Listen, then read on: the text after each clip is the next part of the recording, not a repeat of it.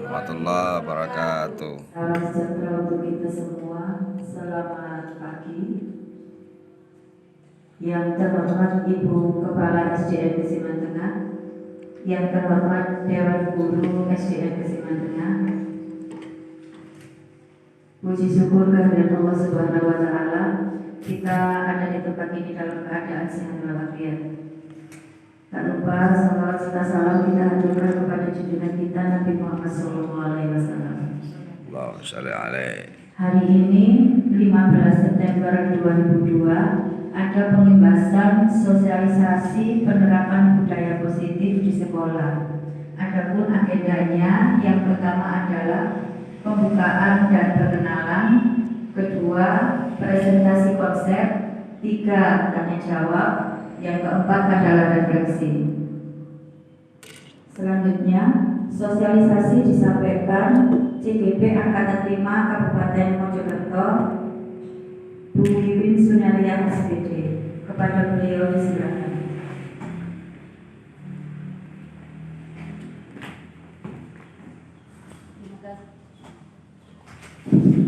Terima kasih disampaikan. Assalamualaikum warahmatullahi wabarakatuh. Waalaikumsalam warahmatullahi wabarakatuh. Bapak Ibu yang kami hormati, pertama-tama marilah kita memanjatkan puji syukur kehadirat Allah Subhanahu wa Ta'ala, karena atas limpahan semua karunia-Nya kita bisa berkumpul di sini dalam acara pengikasan sosialisasi penerapan budaya positif pada modul 1.4 yang merupakan aksi nyata pada program pendidikan guru bergerak. Bapak Ibu yang saya hormati, kedua kalinya sholawat serta salam dapat kita curahkan kehadiran junjungan kita Nabi Muhammad besar Nabi Muhammad SAW, karena atas semua limpahan karunia-Nya beliau telah memberikan petunjuk kepada kita semua. Bapak Ibu yang kami hormati, adapun untuk pembahasan saya kali ini pada materi modul 1.4, yaitu pada program pendidikan guru bergerak tentang penerapan budaya positif yang ada di sekolah, terutama ada di sekolah kita. Untuk selanjutnya, ya di sini saya perkenalkan seperti yang disampaikan oleh moderator tadi, yaitu penerapan budaya positif modul 1.4 yang saya sampaikan sendiri, yaitu selaku calon guru bergerak angkatan 5, yaitu bersama saya Wiwin Sunaria SPD yang merupakan kelas 05.89. Di sini apa saja poin penting pada sesi sebelumnya? Marilah kita telah kembali pada materi-materi modul yang ada pada program calon guru bergerak. Jawaban khusus pada modul 1.4 untuk yang pertama, calon guru bergerak mendemonstrasikan mengenai konsep budaya positif yang di dalamnya terdapat konsep perubahan paradigma stimulus, respon dan teori kontrol, di mana tiga teori motivasi perilaku manusia, motivasi internal dan eksternal, keyakinan kelas, hukuman dan penghargaan, serta 5 kebutuhan dasar manusia dan 5 posisi kontrol guru dan segitiga restitusi. Yang kedua, calon guru bergerak mampu menerapkan strategi disiplin positif yang memperkirakan murid untuk menciptakan ekosistem sekolah aman dan berpihak pada anak. Untuk yang ketiga, menyusun langkah-langkah dan strategi aksi nyata yang efektif, di mana calon guru bergerak mampu berkolaborasi dengan seluruh pemangku kepentingan sekolah agar terciptanya budaya positif yang dapat mengembangkan karakter murid. Selanjutnya yang ketiga, bersikap reflektif dan kritis terhadap budaya di sekolah dan senantiasa mengembangkan sesuai kebutuhan sosial dan emosional murid pada sekolah kita. Budaya positif atau ekosistem positif. Kita ambil contoh perbandingan dengan hidup tumbuh-tumbuhan, terutama pada seorang petani. Dalam hakikatnya sama, yaitu kewajibannya dengan seorang pendidik yang menanam padi, misalnya dapat menuntut tumbuhnya padi. Ia dapat memperbaiki kondisi tanah, memelihara tanaman padi, ya, memberi pupuk dan air, membasmi ulat-ulat atau jamur-jamur yang mengganggu hidup tanaman padi dan lain sebagainya seperti yang telah disampaikan oleh Ki Hajar Dewantoro pada lampiran 1 dasar-dasar pendidikan. Perubahan paradigma.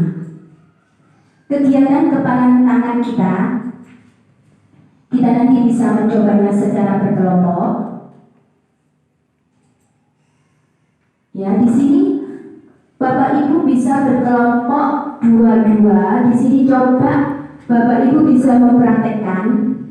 Ya, di sini kita menggenggam tangan kita secara erat.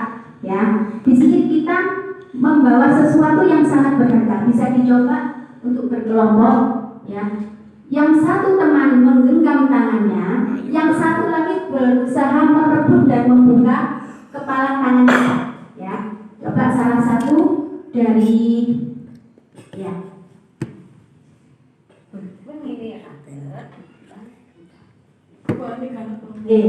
Coba ya. Ya. Ibu-ibu tangannya mengepal yang satu merebut, coba berusaha membuka kepala tangan temannya. Kira-kira bisa apa tidak? Tidak bisa. Ya.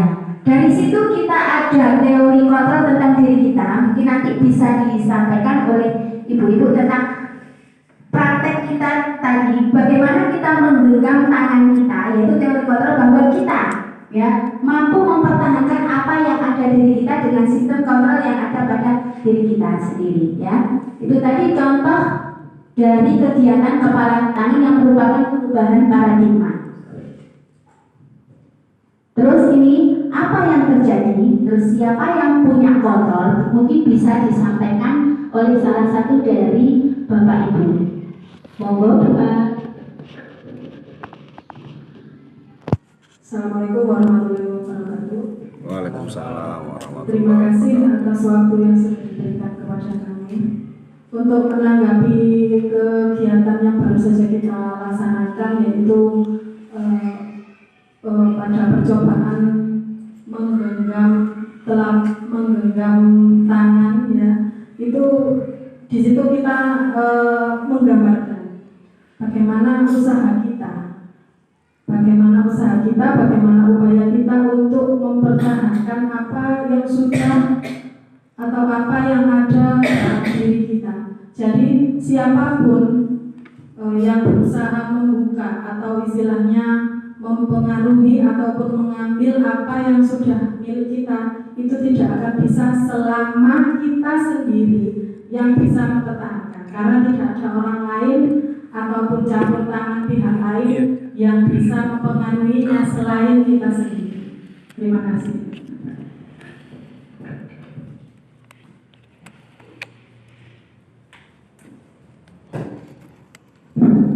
Terima kasih apa yang disampaikan oleh Bu Al, memang sangat bagus, yaitu kita harus mempertahankan apa yang ada di diri kita, teori kontrol tersebut, yaitu sesuai dengan perubahan paradigma yang telah disampaikan.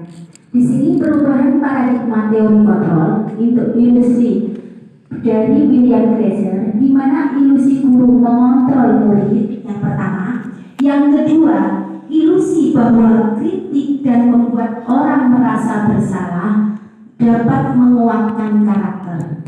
Yang ketiga, ilusi bahwa semua penguatan positif, yaitu penghargaan pujukan terus-menerus, efektif dan bermanfaat terutama bagi siswa. Yang selanjutnya, ilusi bahwa orang dewasa memiliki hak untuk memaksa. Ya. Di sini ada perubahan paradigma stimulus respon, yaitu termasuk teori kontrol. Bisakah kita mengontrol seseorang? Itu salah satu pertanyaannya. Stimulus respon, yaitu kita mencoba mengubah agar orang berpandangan sama dengan kita. Ya, di sini merupakan yang teori kontrol. Kita berusaha memahami pandangan orang lain tentang dunia. Yang selanjutnya, perilaku buruk dilihat sebagai suatu kesalahan. Tapi pada teori kontrol semua perilaku memiliki tujuan. Ya.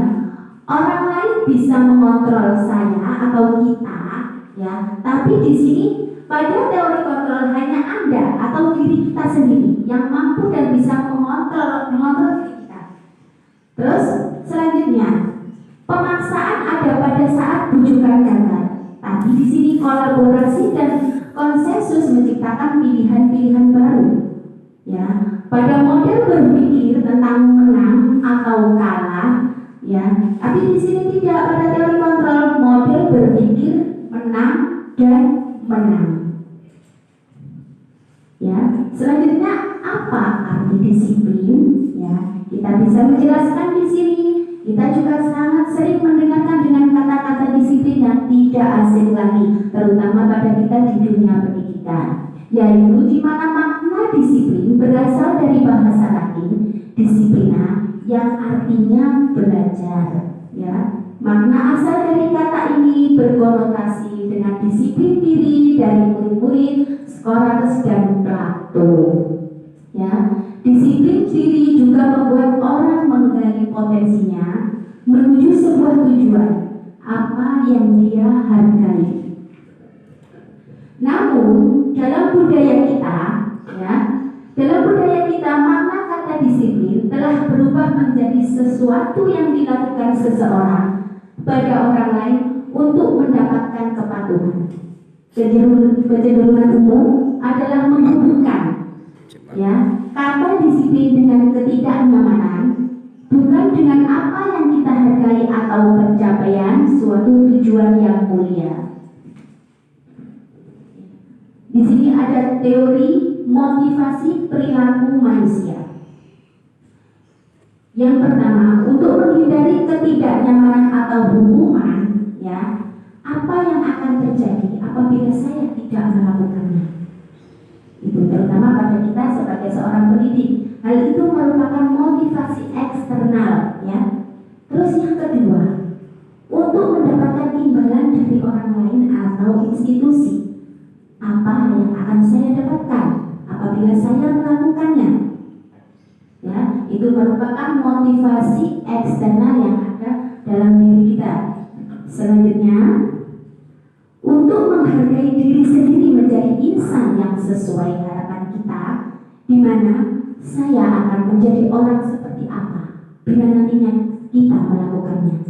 Itu merupakan beberapa motivasi eksternal dan motivasi internal tentang tujuan disiplin positif.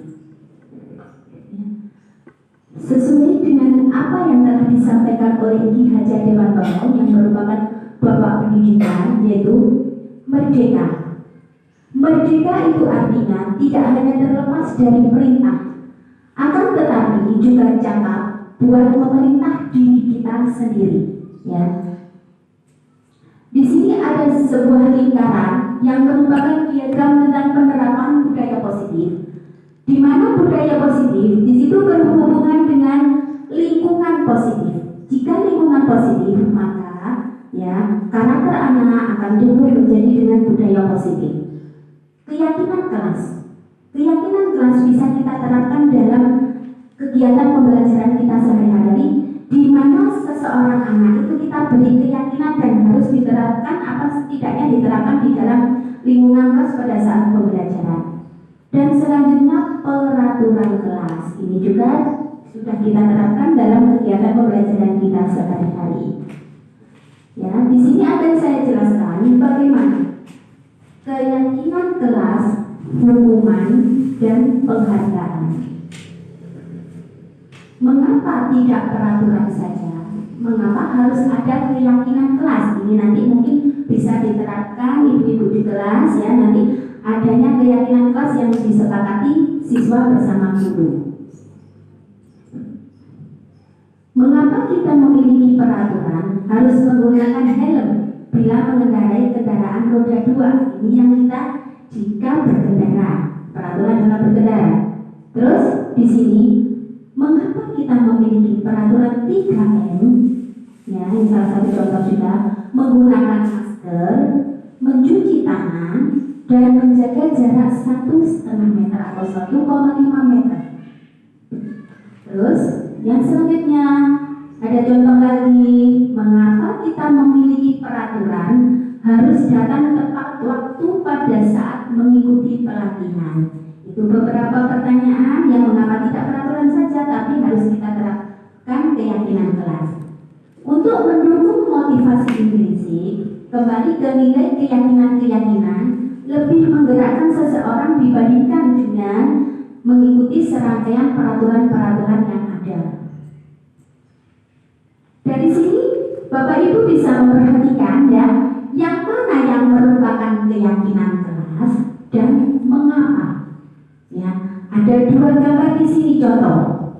Yang pertama ada di situ ada sekolah TK Dharma Wita Persatuan 1 ya.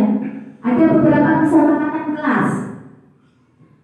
Ya, siswa datang tepat waktu mengucapkan salam, menjaga kebersihan sekolah, berdoa sebelum dan sesudah kegiatan, aktif dalam pembelajaran serta tertib. Yang B, kesepakatan kelas.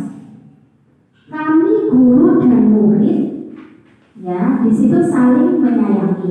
Kami murid yang bersemangat belajar. Terus selanjutnya kami murid yang peduli dengan teman-teman.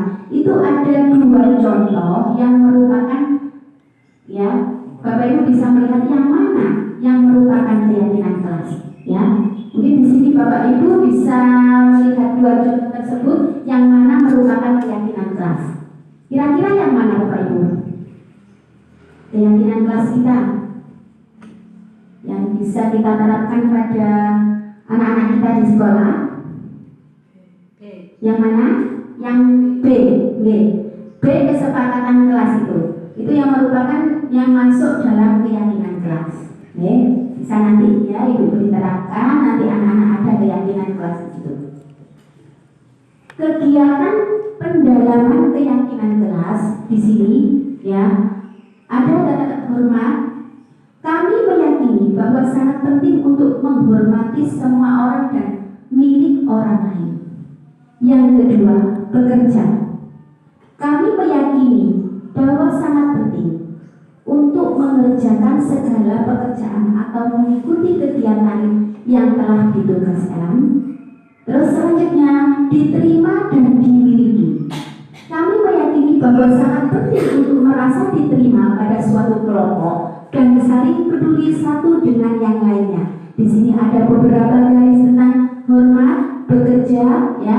Di situ diterima dan dimiliki. Di mana pada bekerja kita mendengar, terus kemudian kita melihat, selanjutnya kita berperilaku. Untuk menghormati kita mendengar juga sama, terus kita melihat dan kita berperilaku. Seperti itu Bapak Ibu.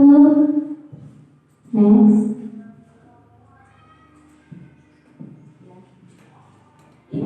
Ini ada tabel tentang peraturan, nanti bisa diisikan ya. Di sini ada beberapa peraturan, nanti kita bisa memasukkan keyakinan kelas dan nilai kebajikan yang dituju. Untuk yang pertama, selalu kembalikan buku ke tempatnya. Kira-kira Bapak Ibu ada yang bisa menyampaikan keyakinan kelas apa? Nilai kebaikan apa yang dituju dari kalimat selalu kembalikan buku ke tempatnya? Ya, Bu.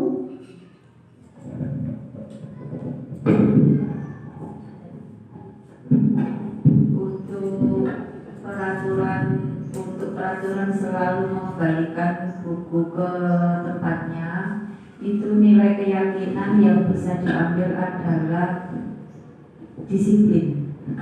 Nilai disiplin, ya betul itu, masuk di situ nilai disiplin. Terus untuk dilarang mengganggu orang lain, saling menyayangi, ya. Terus hadir di sekolah 15 menit sebelum pembelajaran dimulai, masuk kita lihat kategori yang mana? Disiplin juga. Terus yang selanjutnya dilarang melakukan kekerasan, saling menyayangi, dilarang menggunakan narkoba, hidup sehat, ya. Pergantian atau menunggu giliran, disiplin, gunakan masker, disiplin dan hidup sehat. Untuk selanjutnya yang jangan berlari di kelas atau di koridor, itu berarti disiplin mematuhi peraturan yang ada di sekolah. Ya, terima kasih Ibu. Di situ juga sudah masuk semua dalam keyakinan kelas atau nilai kebajikan yang dituju. Ya, ini juga ada sama seperti apa yang disampaikan oleh Bu Yeni tadi. Selain masuk seperti apa yang disampaikan, ini juga ada beberapa keyakinan kelas kita masuk, yaitu tanggung jawab, ya, menghormati orang lain dan diri sendiri, ya. Yang hadir di sekolah 15 menit sebelum pembelajaran dimulai, selain tadi masuk disiplin, juga masuk menghormati orang lain atau komitmen pada tujuan. Berarti siswa dilatih untuk berkomitmen dengan dirinya sendiri dengan tujuannya. Terus yang dilarang melakukan kekerasan tadi masuk apa, Bu? Dilarang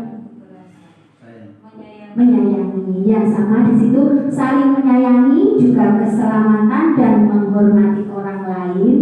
Terus yang dilarang menggunakan narkoba, itu juga sama tadi, ya. Di sini masuk hidup sehat tadi, ya. Di sini masuk kesehatan. Terus bergantian atau menunggu giliran, yaitu siswa dilatih untuk menghormati orang lain dan melatih kesabaran, terutama mengontrol emosi yang ada pada diri siswa. Terus yang gunakan masker, yaitu nilai keyakinan, nilai kebajikan tentang kesehatan dan keselamatan.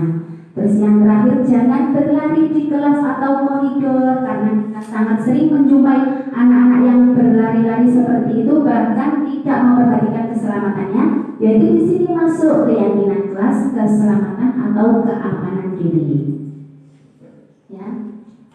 Ini terus selanjutnya kita ada dihukum oleh penghargaan. Dihukum karena mendapatkan penghargaan sesuatu. Di sini ada beberapa pengaruhnya, yaitu pengaruh jangka panjang dan jangka pendek. Ya, ini jika kita menerapkan pada siswa, kalau memberikan hukuman terhadap siswa itu dengan ada beberapa pengaruh jangka pendek dan jangka panjang. Terus yang kedua, penghargaan menghukum. Yang ketiga, penghargaan mengurangi ketepatan. Selanjutnya, penghargaan tidak efektif dan penghargaan merusak hubungan. Ya, ini ada beberapa tindakan guru, yaitu, dan kita itu termasuk, ya, kita nanti bisa mengategorikan ini termasuk hukuman atau konsekuensi, ya, hukuman atau konsekuensi. Coba di sini ada yang pertama, mencatat 100 kali di buku kalimat. Jika ada siswa terlambat, ya, kita memang sering, ya, ada anak-anak yang datang terlambat. Ini di sini siswa disuruh mencatat 100 kali di dalam buku kalimat. Saya tidak akan terlambat lagi karena terlambat ke sekolah. Di sini masuk hukuman atau konsekuensi, Ibu, Bapak Ibu. Kira-kira masuk hukuman atau konsekuensi? Hukuman, ya. Di sini masuk hukuman, ya. Kita bisa perhatikan yang kedua, lari mengelilingi lapangan basket 2 kali karena terlambat hadir di sekolah. Ya, ini masuk yang mana? Hukuman atau konsekuensi? Hukuman. Terus selanjutnya, murid diminta push up 15 kali karena tidak menggunakan masker ke sekolah. Masuk juga hukuman. Terus mengganti kertas tugas teman yang dicoret-coret. Ini sering juga, apalagi siswa kita yang kelas 1, kelas 2, ya. Di sini siswa yang mencoret-coret disuruh menggantikan kertas temannya. Masuk yang mana, Bapak Ibu? Konsekuensi. Terus selanjutnya, membersihkan tumpahan air di meja tulis karena tersenggol pada saat belajar. Konsekuensi. Selanjutnya, meminta murid tidak mengenakan sepatu seharian di sekolah karena tidak mengenakan sepatu hitam. Ini sesuai peraturan sekolah kita, siswa harus memakai sepatu hitam. Ini masuk apa? Masuk hukuman atau konsekuensi? Hukuman. Baru selanjutnya, lari mengelilingi lapangan basket 2 kali karena terlambat 10 menit untuk pembelajaran PJOK. Masuk hukuman. Ya, ini beberapa tindakan guru yang bisa kita kategorikan hukuman atau konsekuensi. Nah, ini dari apa yang kita bahas tadi ya. Untuk yang pertama, yang siswa kita suruh mencatat 100 kali di buku kalimat ya, dengan kalimat saya tidak akan terlambat masuk sekolah ya. Di sini termasuk hukuman ya, betul itu Bapak Ibu tadi. Terus yang lari mengelilingi lapangan basket 2 kali karena terlambat hadir di sekolah, itu juga masuk hukuman. Yang selanjutnya yang ketiga, murid diminta untuk push up 15 kali karena tidak menggunakan masker di sekolah, yaitu termasuk juga hukuman. Yang tadi menggantikan kertas tugas teman yang telah dicoret-coret masuk dalam konsekuensi ya. Terus jika siswa disuruh membersihkan tumpahan air di meja tulis karena tersenggol pada saat belajar, ini juga merupakan konsekuensi. Dan murid yang disuruh untuk menggunakan sepatu seharian di sekolah karena tidak mengenakan sepatu hitam, itu termasuk hukuman. Selanjutnya untuk yang terakhir ya, siswa disuruh lari mengelilingi lapangan basket 2 kali karena terlambat 10 menit untuk pembelajaran PJOK. Ternyata ini masuk dalam kategori konsekuensi ya. Ini tadi adanya perbedaan antara hukuman dan konsekuensi. Ini bisa kita perhatikan perbedaan antara hukuman dan konsekuensi ya. Pada hukuman, sesuatu yang menyakitkan harus terjadi ya. Tapi pada konsekuensi, sesuatu harus terjadi ya. Yang selanjutnya, membuat anak sakit pada fisik maupun hati dalam jangka waktu panjang atau waktu yang lama, itu hukuman. Apabila kita memberikan hukuman pada siswa, itu nantinya akan membekas pada diri siswa tersebut. Mulai dari kecil sampai dewasa pasti akan teringat ya. Tapi konsekuensi membuat anak merasa tidak nyaman ya. Anak tersebut tidak akan nyaman, tapi dalam jangka waktu yang pendek ya. Selanjutnya yang ketiga, anak akan membenci kedisiplinan. Itu ya, anak akan membenci kedisiplinan. Tapi pada konsekuensi, jika kita sebagai guru memberikan konsekuensi pada siswa, yaitu anak akan menghargai kedisiplinan. Pada hukuman itu kan terkesan memaksakan atau paksaan ya dari seseorang kepada orang lain. Tapi untuk konsekuensi itu merupakan stimulus atau tanggapan terhadap apa yang sudah dilakukan siswa tersebut. Ya, terus pada hukuman juga mendorong anak menyakiti dirinya sendiri seperti tadi yang sudah disampaikan, anak berlari ya karena terlambat sekolah, itu mendorong anak menyakiti diri sendiri. Tapi pada konsekuensi yaitu mendorong anak agar mudah menyesuaikan diri. Ya. Terus konsep diri yang buruk itu terjadi jika kita memberikan hukuman pada seseorang atau pada anak-anak didik kita. Tapi jika kita memberikan konsekuensi, konsep diri yang baik akan tercipta dan tertanam pada siswa kita ya. Dari dia mulai kecil sampai dewasa akan tertanam konsep tersebut. Terus anak akan belajar untuk menyembunyikan kesalahannya. Jika anak tersebut, tapi jika kita memberikan konsekuensi, anak tersebut akan belajar mematuhi peraturan yang ada di sekolahnya atau peraturan yang sudah disepakati bersama. Selanjutnya, di sini anak akan merasa marah, merasa bersalah, dan dipermalukan di depan teman-temannya atau dipermalukan di depan orang lain dan merasa tidak dihargai.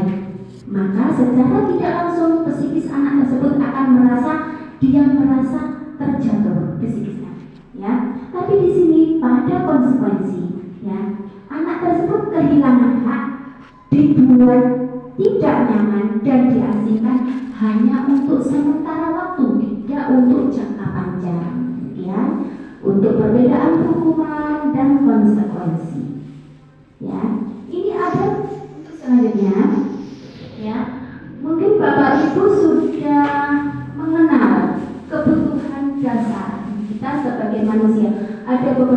kebutuhan dasar yang selalu dibutuhkan oleh tiap manusia. Untuk yang pertama, ya, di sini yang pertama cinta kasih atau diterima. Yang kedua penguasaan. Yang ketiga survival, ya. Yang keempat kesenangan. Dan yang kelima adanya kebebasan. Itu merupakan kebutuhan dasar pokok manusia. Ya. Di sini ada beberapa contoh dari kebutuhan. Yang pertama, ya terutama pada siswa kita. Yang pertama, ibu guru bilang, aku tidak boleh bersenandung sewaktu mengerjakan tugas. Ya. Katanya kelas harus tenang, tidak ada suara. Padahal kan aku suka dan senang bernyanyi. Ya. Ini yang sering kita jumpai pada peserta didik kita. Anak-anak terkadang tidak bisa diam pada waktu mengerjakan tugas, ya. Sesuai dengan kenyataan dan realita kita di kelas, anak-anak banyak yang seperti itu, ya. Itu termasuk kebutuhan apa dari kelima kebutuhan tadi? Mungkin bisa direview ulang kebutuhan apa yang mana, Pak? Ya. Kebutuhan mana, Bapak itu? Kesenangan. Di situ siswa tadi senang bernyanyi. Padahal di situ kalau kita telah, ya, dari kebiasaan siswa didik kita seperti itu, maka nantinya akan timbul minat dan bakatnya yang secara tidak langsung tidak kita ketahui. Tapi di situ jika, ya, kebutuhan dan minat siswa tersebut bisa kita olah, kita asah tiap hari, maka akan muncul, ya, bibit-bibit yang berprestasi di sekolah kita. Untuk selanjutnya yang kedua, ya, ibu guru tidak menyapaku hari ini, ya, padahal aku pakai jepit rambut yang baru. Ini biasanya untuk anak perempuan terutama yang kelas 1-2, ya, karena senang dipuji atau senang dia diperhatikan jika memiliki barang atau sesuatu yang baru. Di sini masuk kebutuhan dasar yang mana? Masuk cinta kasih. Dia merasa ingin diperhatikan, ingin disayang oleh bapak ibu guru. Itulah karakter anak yang berbeda-beda. Yang ketiga, aku bosen. Masa belajarnya cuma gitu-gitu aja, dengerin ibu guru aja tiap hari seperti itu. Itu juga sedikit keluhan pada anak-anak, di mana di situ anak-anak membutuhkan apa? Kebebasan. Dia ingin pembelajaran yang bersifat bebas, tidak tertekan ataupun pembelajaran yang bervariasi, ya. Itu yang dibutuhkan oleh anak-anak didik kita. Terus untuk selanjutnya yang kelima, aku sebel, gambarku tidak rapi, malah bu guru nunjukin ke teman-temanku di kelas. Padahal kita sebagai guru menunjukkan di kelas itu kan sebagai apresiasi dari teman yang lain, tapi di sini malah menurut sesuai siswa tersebut dia sebel karena gambarnya ditunjukkan ke temannya yang lain. Kira-kira itu kebutuhan dasar yang mana, Bapak Ibu? Penguasaan. Ya. Di sini ada 5 kebutuhan dasar yang dibutuhkan oleh siswa didik kita. Ya. Di sini ada 5 posisi kontrol, yaitu ada motivasi, ya, identitas gagal, kontrol dari luar, identitas berhasil atau sukses, kontrol juga dari luar, dan identitas berhasil atau sukses, kontrol diri. Ya, di sini pada motivasi guru berdua, ya, sebagai yang pertama ini penghukum. Ya, kita sebagai guru kadang secara tidak sengaja kita sebagai penghukum. Contoh, menghardik, menunjuk-nunjuk, menyakiti, menyindir. Ya. Terus guru juga membuat merasa bersalah. Kita harus menghindari hukuman tersebut, ya, membuat anak atau siswa merasa bersalah. Yaitu contohnya berjauh ramah dan mengatakan, seharusnya kamu tidak berbuat seperti itu. Nah, ini termasuk salah satu hukuman yang harus kita hindari. Atau contoh lagi, ibu kecewa, kamu setiap hari tidak, ya, mematuhi peraturan yang ada di sekolah, ya. Itu, ya, identitas atau posisi kontrol guru yaitu dengan identitas yang kekal. Terus di sini teman pada identitas berhasil, mengharapkan imbalan atau ketergantungan pada orang lain. Di sini ya, pada teman, membuatkan alasan-alasan untuk muridnya. Ini guru yang berbuat, yaitu membuatkan alasan-alasan untuk temannya. Ya. Terus guru juga berbuat sebagai pemantau, menghitung dan mengukur. Mungkin bisa ada contoh menghitung atau mengukur. Kira-kira kadang kita mengukur kemampuan siswa. Kamu tuh seharusnya seperti ini, tapi tidak seperti ini. Ya itu ya. Itu adalah salah satu ya contoh dari guru sebagai pemantau. Terus di sini guru sebagai manajer. Ya, mengajukan pertanyaan-pertanyaan. Jadi kita sebagai guru mempunyai 5 kontrol, yaitu penghukum, pembuat merasa bersalah, kita guru sebagai teman, ya. Selanjutnya yang keempat, kita guru sebagai pemantau dan kita guru sebagai manajer. Nanti dari beberapa 5 posisi kontrol tersebut nanti kira-kira kita seharusnya pada posisi yang mana, ya. Pada manajer di sini guru mengajukan pertanyaan-pertanyaan terhadap siswa. Ini ada lagi di sini motivasi guru berkata. Yang tadi guru berbuat, sekarang guru berkata. Kalau kamu tidak melakukannya, awas ya, rasakan ya. Itu sebagai penghukum. Kalau kamu tidak mengerjakan PR, awas ya, nanti kamu tak hukum, tak suruh nulis 100 kali seperti contoh tadi.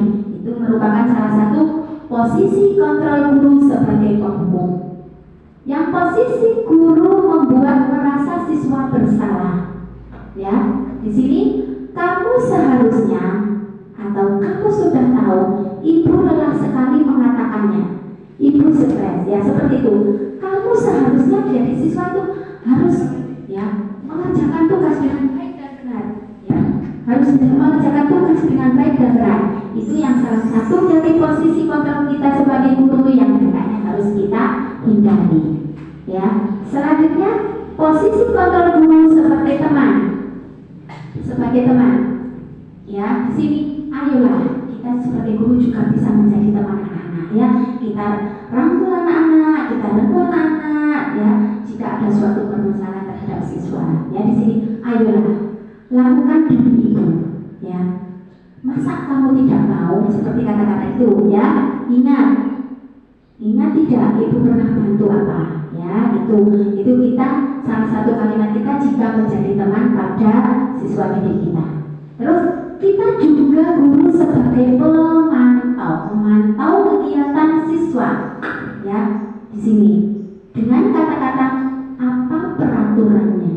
Ya, apa peraturannya jika kamu melakukan kesalahan seperti itu? Itu ya salah satu posisi kontrol guru sebagai pemantau. Ya, untuk selanjutnya posisi guru sebagai manajer. Ini apa yang kita yakini itu salah satu contoh. Jika kamu melanggar peraturan, apa yang bisa kau kerjakan untuk memperbaiki masalah ini? Ya, terus di sini hasil dari motivasi kita. Jika kita menghukum anak, yang pertama membentak, ya jika kita bentak siswa akan memberontak dan menyalahkan orang lain dan juga siswa akan sering berbohong jika kita memberikan hukuman kita sebagai penghukum. Ya, jika kita membuat merasa bersalah, anak tersebut akan menyembunyikan bentuk kesalahannya, menyangkal dan suka berbohong. Tapi jika kita sebagai teman, maka hasilnya siswa akan tergantung, merasa ketergantungan pada kita. Ya, kita sebagai pemantau, hasilnya kita dapat menyesuaikan diri bila diawasi, dan jika sebagai manajer, kita bisa menguatkan pribadi siswa tersebut. Ya, terus di sini ada kaitannya dengan dunia berkualitas. Pada penghukum, murid meletakkan guru di luar dunia berkualitas karena siswa atau murid merasa takut ya jika bertemu dengan guru tersebut. Kalau kita pada posisi penghukum, ya, kalau kita pada posisi posisi membuat merasa bersalah, murid meletakkan guru di dalam dunia yang berkualitas. Tapi jika kita sebagai teman, murid meletakkan guru sebagai orang yang sangat penting di dunia berkualitas. Ya. Tapi jika kita sebagai pemantau, murid meletakkan guru, peraturan dan hukum di dunia berkualitas, serta jika sebagai manajer, murid meletakkan dirinya sebagai individu yang positif dalam dunia berkualitas. Terus murid berkata, jika gurunya sebagai penghukum, biarkan saja, nanti juga marah-marah lagi. Itu kebiasaan murid kita. Jika kita menghukumnya, pasti di belakang dia akan mengumpat atau berkata seperti itu. Ya. Terus jika kita sebagai guru membuat siswa merasa bersalah, pasti siswa tersebut akan bilang maafkan saya. Ya, ya di sini guru sebagai teman, maka murid tersebut akan berpikir Bapak Ibu menjadi temannya. Ya, merasa bisa menjadi teman yang akrab dan bisa menjadi teman dalam kegiatan belajarnya di sekolah. Guru sebagai pemantau, murid akan berkata, berapa banyak bintang yang saya harus peroleh, itu, ya. Terus berapa halaman yang harus saya tulis, itu. Kalau kita memantau kegiatan siswa, pasti siswa tersebut akan berkata seperti itu. Tapi jika guru sebagai manajer, ya, bagaimana cara saya bisa memperbaiki keadaan, itu yang akan disampaikan oleh siswa. Terus dampak pada murid jika kita sebagai penghukum, ya, siswa tersebut akan mengulangi kesalahannya secara berulang-ulang, tidak hanya sekali dua kali, tapi dia akan terus dan terus menerus akan mengulangi kesalahannya. Jika kita membuat siswa tersebut merasa bersalah, dia akan merasa rendah diri, ya. Jika kita pada posisi kontrol sebagai teman, ya, siswa tersebut akan lemah, tidak mandiri dan akan bergantung kepada kita gurunya atau bergantung kepada orang lain karena merasa temannya tersebut. Guru sebagai pemantau, dampaknya pada murid menitik beratkan pada sanksi atau hadiah untuk dirinya. Tapi ingat, jika guru sebagai manajer, maka dampak yang ada pada murid yaitu murid mengevaluasi diri, bagaimana cara bisa memperbaiki dirinya. Itu tadi 5 posisi kontrol guru, yang mana yang lebih baik akan kita terapkan. Mungkin Bapak Ibu bisa tahu kira-kira posisi kontrol guru mana yang bisa kita terapkan atau kita pakai dalam kehidupan sehari-hari? Sebagai manajer kita, ya, setidaknya kita sebagai seorang pendidik, yaitu sebagai seorang manajer pada posisi kontrol kita. Next, ya, ya ini kita akan berdiskusi 5 posisi kontrol. Di mana posisi Anda sebelum belajar modul disiplin positif? Kira-kira Bapak Ibu dengan sebelum mempelajari budaya positif terdapat pada posisi kontrol yang mana? Dari kelima tersebut. Tadi ada penghukum, merasa siswa bersalah, terus sebagai teman, sebagai pemantau, atau sebagai manajer. Kira-kira yang kita lakukan sehari-hari di sekolah, kita sebagai apa? Atau kelima-limanya sudah terpenuhi? Bercampur. Terkadang kita sebagai penghukum secara tidak sengaja atau secara spontan. Terkadang kita juga membuat siswa tersebut merasa bersalah, ya. Terus terkadang juga kita merangkul anak-anak kita jadikan sebagai teman, karena itu mungkin salah satu cara kita untuk mendekati siswa agar siswa dapat belajar lebih baik. Terus terkadang juga kita sebagai pemantau, ya, seperti tadi kita memantau bagaimana kegiatan belajarnya baik di rumah maupun di sekolah, dan kita juga sebagai manajer. Jadi setelah mempelajari modul ini, ya, bagaimana perasaan Anda saat itu sebelum mempelajari modul budaya positif? Mungkin bisa disampaikan, Bu Ani? Monggo. Sebelum belajar modul disiplin sebelum belajar modul positif, saat mengajar masih bercampur-campur kadang ya sebagai pengobati, kadang perasaannya ada merasa bersalah, kadang ya mengevaluasi diri. Ya, jadi sebelum mempelajari modul budaya positif ini bercampur-campur karena kita juga secara tidak sengaja bersekolah sebagai penghukum. Kadang tidak sengaja meminta anak sebagai apa itu membuat merasa bersalah. Tidak menjadikan saya merasa bersalah sendiri. Iya, terima kasih. Itu memang dari 5 posisi kontrol tersebut kita salah satu yang kita pasti ada, ya. Itu. Terus yang ketiga, di mana posisi Anda saat ini? Posisi Anda saat ini dari kelima ini tadi posisi kontrol kita seorang guru. Untuk sekarang saat ini kita berada di posisi yang mana? Kira-kira? Untuk saya sebagai tugas saat ini masih sebagai teman. Sebagai teman, karena salah satu pendekatannya itu masih perpindahan dari TK. oh iya, jadi untuk kelas 1 kan juga tidak seperti kelas lainnya. Anak-anak itu beralih, jadi kita harus sebagai teman melihatnya. Ya, terima kasih. Untuk selanjutnya, bagaimana perasaan Anda saat ini? Itu ya, bagaimana itu perasaan Anda saat ini? Setelah mengetahui budaya positif, sekarang sudah mulai bisa untuk melakukan pendekatan-pendekatan kepada terutama dalam segi manajer. Dalam posisi kontrol kita sebagai manajer seorang guru. Yang pertama dari awalnya kita, apalagi dari kelas kecil yang pertama kita bisa sebagai teman, tapi untuk saat ini kita sebagai bisa dalam posisi kontrol sebagai seorang manajer. Gitu. Terima kasih Ibu, apa yang disampaikan sudah sangat bagus dan sangat sesuai dengan modul budaya positif kita saat ini. Ya, di sini nada suara. Apa yang tersampaikan dalam sebuah pesan, ya, di sini dalam sebuah pesan kita, ya, pesan nada suara itu ada kata-kata yang kita resapi atau yang kita pahami itu sebanyak 10%. Terus nada suara itu 35%. Dan non verbal atau bahasa tubuh yang kita pahami itu 55%.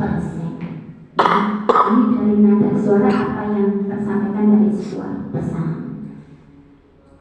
Ya, di sini kegiatan nada suara, ya, bersama-sama pada hitungan ketiga mempraktekkan nada suara 5 posisi kontrol dengan pasangan Anda. Posisi kontrol kita dengan pasangan kita dengan teman, ya, yaitu ya penghukum. Kita sebagai penghukum, ya, kita membuat orang lain merasa bersalah.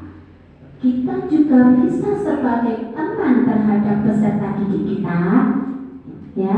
Untuk selanjutnya kita sebagai pemantau atau manajer, ya, itu yang bisa kita lakukan pada kegiatan kita sehari-hari dalam mendidik siswa. Terus di sini ada kalimat apa yang kamu mau, itu ya bisa kita cari apa yang kamu mau. Itu bisa kita tanya pada siswa. Terus apa yang sedang kamu kerjakan, terus ya. Nah, di sini kapan saya bisa harapkan ini selesai. Itu beberapa kalimat yang cocok kita sebagai seorang manajer posisi kita, ya. Di sini ada kata-kata restitusi. Mungkin Bapak Ibu pernah mendengarnya kata-kata restitusi? Ini suatu hal, ya, di mana restitusi merupakan proses menciptakan kondisi bagi murid untuk memperbaiki kesalahan mereka. Itu ada prosesnya sehingga mereka bisa kembali pada kelompok mereka dengan karakter siswa yang lebih kuat. Nih, ya, ada 9 ciri-ciri restitusi, di mana yang pertama, ya, kita bisa, ya, bukan untuk menebus kesalahan, namun untuk belajar dari kesalahan. Ini ciri-ciri restitusi. Yang kedua, kita bisa memperbaiki hubungan. Ketiga, tawaran kepada siswa atau kepada orang lain bukan paksaan. Restitusi menuntut untuk melihat ke dalam diri, ya. Restitusi juga mencari kebutuhan dasar yang mendasari suatu tindakan. Yang keenam, restitusi diri merupakan cara yang paling baik bagi kita atau bagi orang lain, bagi siswa untuk memperbaiki diri. Restitusi juga fokus pada karakter, bukan pada tindakan kita terhadap apa yang telah dilakukan oleh seseorang. Restitusi fokus pada solusi. Solusi merupakan bagaimana cara kita mencari permasalahan, mencari akar atau dari permasalahan tersebut. Awal mula dari permasalahan tersebut yaitu kita mencari solusinya. Yang kesembilan, restitusi mengembalikan murid yang berbuat salah pada kelompoknya. Ya, ini ada 9 ciri-ciri restitusi. Ini ada segitiga restitusi. Ya, segitiga restitusi di sini yang pertama, validasi tindakan yang salah. Ya, jika ada siswa yang melakukan kesalahan, ya, kita validasi tindakan yang salah pada siswa tersebut. Selanjutnya, kita menstabilkan identitas. Ya, bisa mungkin dengan cara Bapak Ibu guru sendiri bagaimana cara kita menangani siswa yang ada bermasalah. Terus selanjutnya ketiga, kita menanyakan keyakinan apa yang dimiliki, ya. Jika siswa tersebut, ya, sampai melakukan kesalahan tersebut dan sampai bisa menyelesaikan permasalahan tersebut. Ini tentang segitiga restitusi. Ada 3 tindakan tersebut. Next. Ya. Di sini dalam menstabilkan identitas, ya, untuk membuat murid yang merasa gagal karena berbuat salah menjadi positif terhadap dirinya. Guru berkata, berbuat salah itu hal manusiawi. Memang kita semua sebagai manusia tidak ada yang sempurna. Bapak Ibu juga buat salah. Kita pasti bisa menyelesaikan permasalahan ini, ya. Terus ada kalimat lagi, Bapak Ibu tidak tertarik untuk mencari tahu siapa yang benar, siapa yang salah. Ya, ini beberapa kalimat yang bisa diterapkan pada saat kita menstabilkan identitas. Bapak Ibu lebih tertarik untuk menyelesaikan masalah. Ya, atau kita juga bisa menggunakan kalimat, kalau kamu menyalahkan diri kamu sendiri terus-menerus, apakah kamu bersikap baik pada dirimu sendiri? Seperti itu, ya, yang termasuk dalam segitiga restitusi.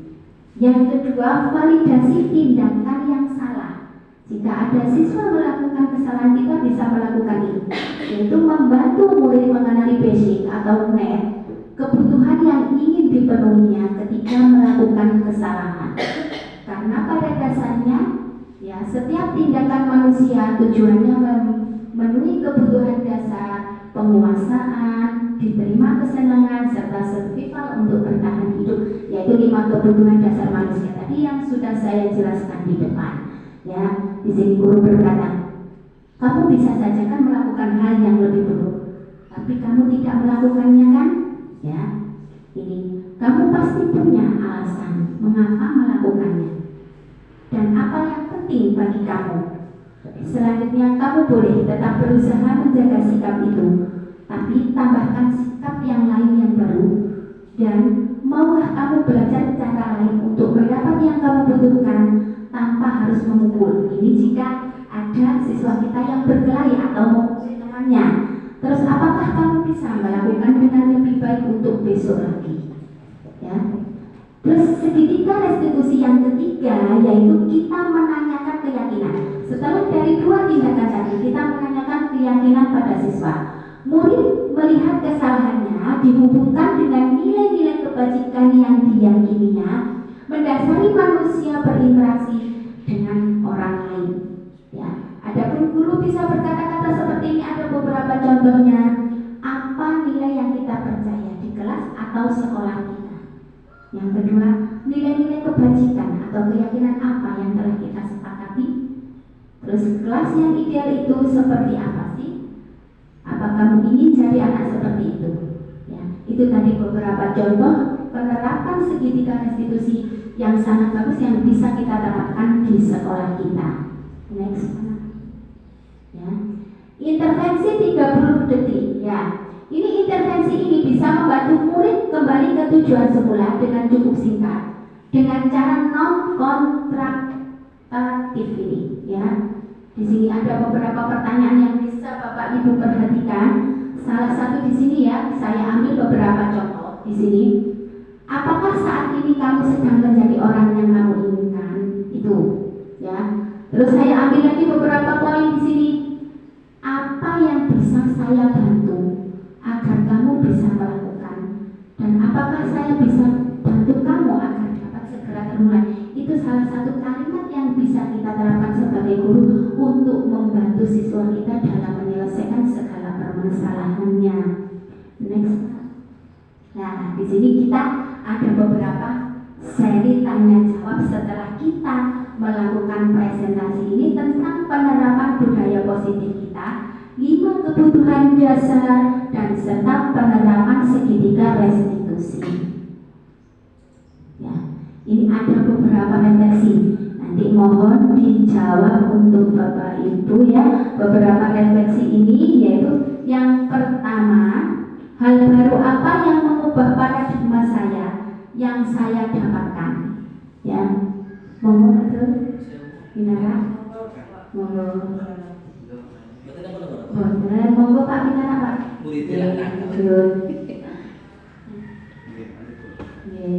Ini bisa kita lanjut untuk refleksi dari presentasi saya ini. Untuk yang pertama tadi, hal baru apa yang mengubah paradigma saya yang saya dapatkan? Ini bisa dijelaskan Bu Yeni.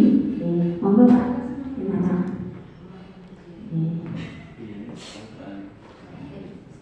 Ini ada 3 pertanyaan dan Saya yang nomor 1, hal apa yang mengubah paradigma saya yang saya dapatkan?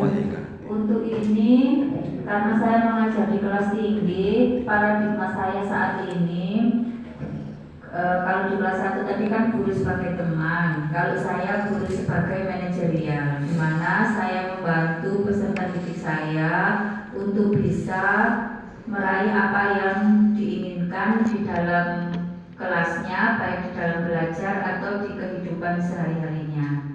Lalu saya juga ingin merubah paradigma bahwa sebuah kesalahan itu tidak harus diberikan sebuah hukuman, tetapi alangkah baiknya kalau kesalahan itu akan membuat seseorang menjadi sebuah konsekuensi yang memang harus diterima. Itu saja yang bisa saya berikan. Terima kasih.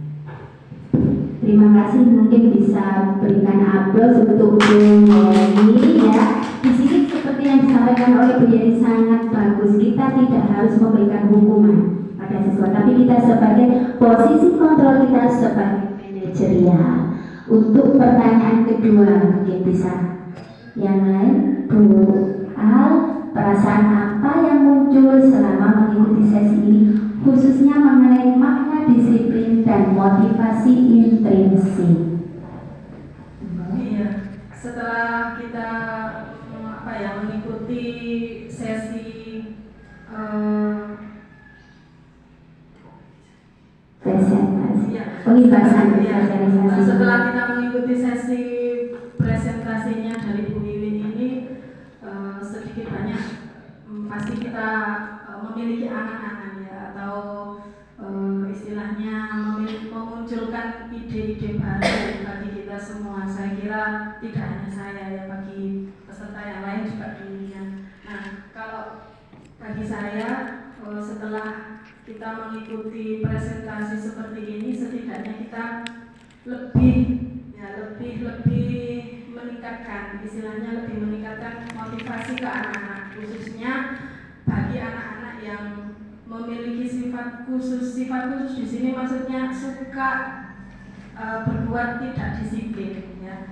Jadi bagi anak-anak yang seperti itu, alangkah baiknya memang kita memberi motivasi yang membangun, istilahnya tujuannya untuk anak-anak meminimalisir kesalahan atau meminimalisir sikap yang tidak disiplin sesuai dengan kesepakatan yang sudah kita buat di kelas kita masing-masing. Jadi harapan saya anak-anak itu bisa berubah dengan sendirinya, ya seperti yang dikatakan Bu Yani tadi, setiap anak yang melanggar disiplin, setiap anak yang melakukan kesalahan itu tidak seharusnya kita beri hukuman, tapi juga kita beri motivasi. Seperti itu, terima kasih. Kita beri aplaus dulu untuk Waluya, dan terima kasih apa yang disampaikan memang sangat bagus dan sesuai dengan modul ini, bahwa kita juga harus sudah siswa menerapkan keyakinan kita di kelas yang telah kita sepakati bersama. Untuk selanjutnya yang ketiga, ini Bapak Ibu yang belum tulis, untuk yang ketiga, saya akan menjadi AMO yang seperti apakah setelah mengikuti sesi ini. Silakan Ibu. Terima kasih. Setelah saya mengikuti sesi ini, saya bisa mengetahui 5 posisi kontrol tadi, sehingga saya mengetahui sebaiknya saya dalam posisi yang mana, apakah sebagai teman, apa penghukum, merasa bersalah atau manajer tadi, bisa menyempatkan diri. Terima kasih. Ya, jadi kita sebagai seorang pendidik harus tahu 5 posisi kontrol kita yang bisa kita terapkan pada siswa tersebut, ya. Terima kasih Bapak Ibu atas refleksinya dari apa yang telah saya sampaikan pada penerapan budaya positif pada modul 1.4 pada kegiatan pendidikan guru penggerak ini. Ya, dari apa yang saya sampaikan tadi, mudah-mudahan nantinya bisa bermanfaat dan bisa diterapkan di sekolah kita, khususnya bisa diterapkan di kelas kita masing-masing, dan nantinya bisa berguna bagi anak didik kita semua, ya. Di sini saya minta maaf jika ada kurang lebihnya atau ada kata-kata yang tidak berkenan. Saya akhiri. Wabillahi taufiq wal hidayah. Assalamualaikum warahmatullahi wabarakatuh. Waalaikumsalam warahmatullahi wabarakatuh. Bisa dilanjutkan.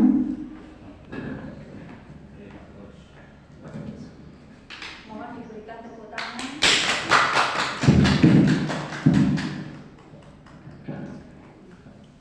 Saya ucapkan terima kasih kepada Bu Wiwin Sunyalia yang sudah menyampaikan pembebasan sosialisasi penerapan budaya positif. Saya harap dari sosialisasi ini bisa kita aplikasikan di dalam kegiatan pembelajaran kita sehari-hari, sehingga kita menjadi guru-guru yang mempunyai kemerdekaan di dalam belajar dan mengajar, dan selalu belajar di sepanjang hidupnya. Untuk dari saya, apabila ada kata yang kurang berkenan, saya mohon maaf. Mohon Bapak Guru Agama untuk menutup dengan doa. Akhir kata, Assalamualaikum warahmatullahi wabarakatuh.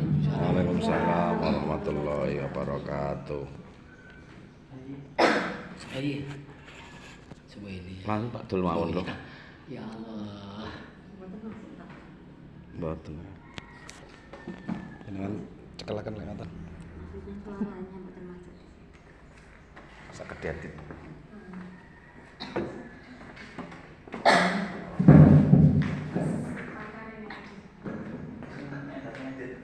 Takdir ini. Langsung mawon ya. Ya. Al-Fatihah.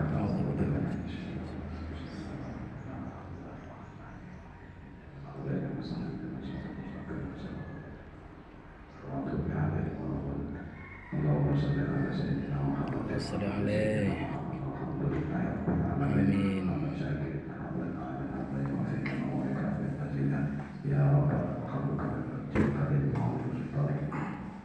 Allahumma rabbana zalamna anfusana wa lam taghfir lana wa tarhamna lanakunanna minal khasirin. Allahumma rabbana ighfir lana wa li walidina wa li jami'il muslimina wal muslimat wal mu'minina wal mu'minat wa jami'i sayyidil ummatin wa sayyidil